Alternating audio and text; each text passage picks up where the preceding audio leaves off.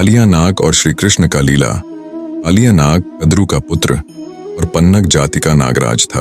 वह पहले रमण द्वीप में निवास करता था, किंतु पक्षीराज गरुड़ से शत्रुता हो जाने के कारण वह यमुना नदी में एक कुंड में आकर रहने लगा था। यमुना का यह कुंड गरुड़ के लिए अगम्य था, क्योंकि इसी स्थान पर एक दिन क्षुधातुर गरुड़ ने तपस्वी सौभरी के मना करने पर भी अपने अभीष्ट मत्स्य को बलपूर्वक पकड़कर खा डाला था।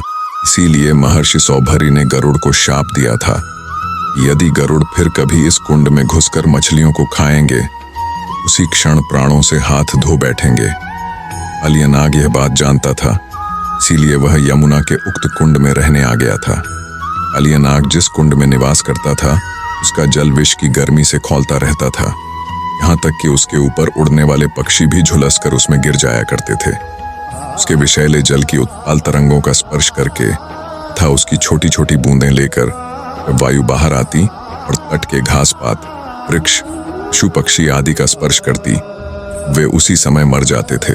दंभ पर चढ़कर कृष्ण ने यमुना के जल में छलांग लगा दी। उनके जल में कूदते ही यमुना का जल इस प्रकार आप्लावित हुआ जैसे यमुना में कोई बृहदाकार कोई वस्तु आ गई हो। लगभग 2 घंटे तक कालिया ने कृष्ण को एक सामान्य बालक की भांति ही अपने कुंडली पाश में जकड़े रखा। जब कृष्ण ने देखा कि वृंदावन के समस्त नर नारी उनके वियोग में बुरी तरह तड़प रहे हैं और नंद यशोदा की दशा तो इतनी बिगड़ चुकी है, वे कदाचित मृत्यु के निकट ही जान पड़ते हैं, उन्होंने एक झटके में ही स्वयं को कालिये की कुंडली से विमुक्त कर लिया।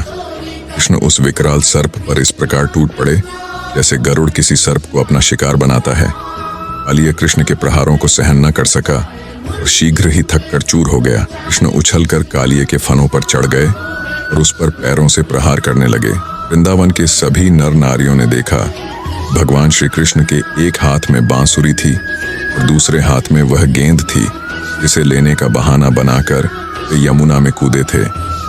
कालिया नाग के फनों पर पाद प्रहार करते हुए वह उन पर नृत्य कर रहे थे और बांसुरी बजा रहे थे। कृष्ण के पाद प्रहारों से कालिया शीघ्र ही रक्त वमन करने लगा। उसका शरीर निस्तेज और निर्बल होता चला गया। कृष्ण को इस स्थिति में नृत्य करते देख वृंदावन वासियों ने उनकी उच्च स्वर में जय जयकार करनी आरंभ कर दी। अपने सबल पति को इस प्रकार निर्बल होते देख नाग पत्नियां तुरंत समझ गईं कि उनके पति पर विजय पाने वाला यह बालक कोई सामान्य बालक नहीं, बल्कि साक्षात परमेश्वर ही हैं। नाग पत्नियां तुरंत अपनी सभी संतानों को लेकर प्रभु श्री कृष्ण की शरण में आ गईं और नतमस्तक होकर उनकी स्तुति करने लगीं।